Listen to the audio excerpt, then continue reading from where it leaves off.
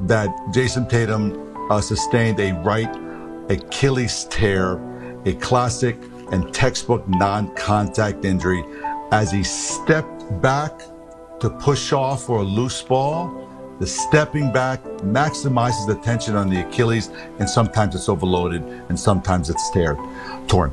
And that said, of course, all this will be confirmed tomorrow by MRI, fingers crossed, but unfortunately the replay does show the potential for that Achilles tear. A business, we don't know what happened to him yet. A whole bunch of people are speculating courtside that it's a torn Achilles because it looked very similar to what happened to Kevin Durant years ago in the NBA Finals against Toronto. We hope that's not it, but everybody is of the mindset that's how it looked to the human eye, those of us near courtside watching what transpired to him. So we wish him nothing but the best. As it pertains having an elite game, he was having a big fourth quarter. This was going to be potentially an iconic finish, and now the whole thing just feels deflating.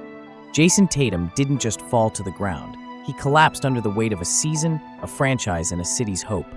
With less than 3 minutes left in a must-win playoff game, Tatum lunged after a loose ball, and suddenly, the arena went silent. No contact, no collision, just one wrong step. He clutched his leg, pain etched across his face, and for the first time in his career, he couldn't stand back up. What followed wasn't just a medical emergency, it was an emotional unraveling. But to understand just how deep this moment cut into Tatum, his team, and the entire NBA, we have to rewind. Because the signs, the stakes, and the consequences run far deeper than a single injury. A career-high night ends in silence. Tatum was having that game. The kind of performance that makes legends. 42 points, 8 rebounds, 4 assists, 4 steals, 2 blocks, and still fighting with everything he had, even with the Celtics down late in Game 4. Boston needed this win. Somebody besides Brunson, and the Knicks have gotten a few. Tatum steps back, three-pointer, that's good! Tatum catch off the dribble, gets in the paint, stops falling away, puts it up, puts it in! Running in at 6. Tatum leans in, difficult shot, gets it to go. Tatum, 27 points. Here. Tatum, step back, long three-pointer, puts it in. Jayson Tatum lighting up the garden. Down 2-1 in the series, a loss would push them to the brink, and Tatum answered the call until his right leg gave out beneath him. There was no foul, no defender in sight, just a sudden, terrifying moment where everything changed. The broadcast didn't even catch it at first, but when cameras panned to the Celtics star, lying on the hardwood, covering his face with a towel, reality hit. Not just for Boston, but for the league. And the response in the locker room? Dead silence. But this wasn't just about one bad moment. It was about the history that made it all the more heartbreaking.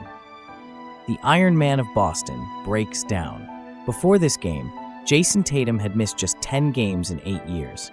That kind of consistency is rare in today's NBA. It made him dependable, durable, someone you could build a dynasty around. He wasn't just Boston's star, he was their foundation. So when he was wheeled off the court, wrapped in a towel, head down, unable to walk, there was a collective realization. This isn't just a twisted ankle. This might be something worse, and the more you looked, the more concerning it got. Medical analysts pointed out the telltale signs: non-contact, collapse, the grabbing of the lower leg, the inability to stand. All signs pointed to one terrifying possibility: a torn Achilles. And if that's true, this wouldn't just affect the playoffs. It could derail the prime of Tatum's career. But what exactly happens to a body when the Achilles gives out? The truth is darker than most fans realize: the anatomy of a nightmare injury. The Achilles tendon isn't just another muscle. It's the bridge between your calf and your heel. The engine behind your first step, your vertical, your explosiveness, and the exact spot where it tends to rupture, a small watershed area with almost no blood flow. It's why athletes like Kobe, Durant, and Clay have all fallen to it, and why recovery is always long and grueling. One moment, you're soaring through defenders, the next, you're in a wheelchair. Medical experts like Dr. Bryant analyzed the footage in real time and saw all the red flags. The way Tatum's leg gave out, the grimace, the need for immediate assistance. Even the absence of an instant diagnosis was telling. If it were minor, they'd say so. But when nothing is confirmed, while the player is carried off and the entire team goes quiet, you know the stakes are high. Still, it wasn't just the Celtics who responded with shock. The entire NBA world stopped to take notice. When rivals become brothers. In moments like these, the jersey fades away. As soon as news of Tatum's injury hit social media, players from across the league flooded timelines with messages of support. Karl Anthony Towns, who knows all too well the toll of calf and Achilles injuries, sent prayers. LeBron James, never one to respond lightly, posted his well wishes.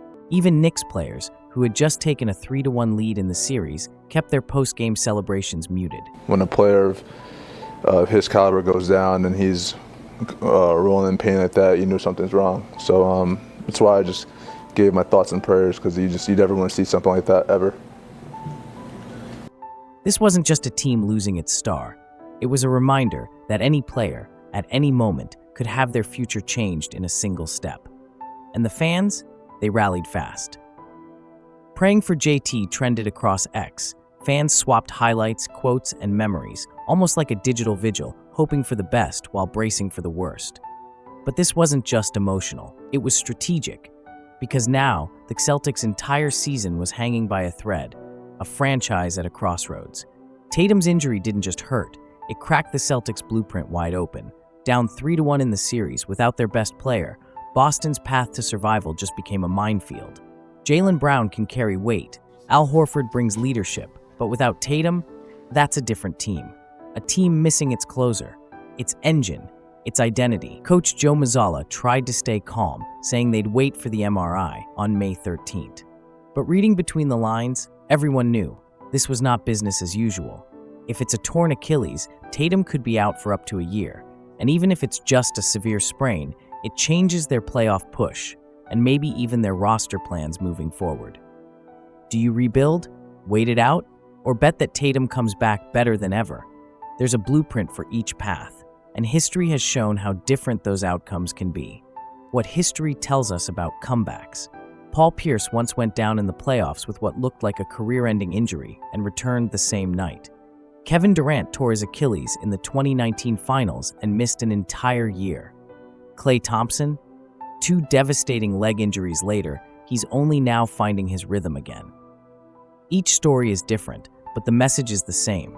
No matter how talented you are, the body doesn't always cooperate. The mental battle, the rehab, the waiting, it can change a player forever. But if there's one thing we've learned about Jayson Tatum, it's this. He doesn't back down. From pressure, not from pain, and not from a challenge. Still, the NBA world is holding its breath, waiting on the results, waiting to see what comes next. And whatever happens, one thing's for sure, the ripple effects are already being felt. Jayson Tatum's injury was more than a twist of fate. It was a turning point for the Celtics, for the playoffs, for a league that knows how quickly greatness can be interrupted. We don't yet know the full extent of the damage, but we've seen enough to understand the impact. A game, a series, a career, held together by tendons, timing, and a little bit of luck.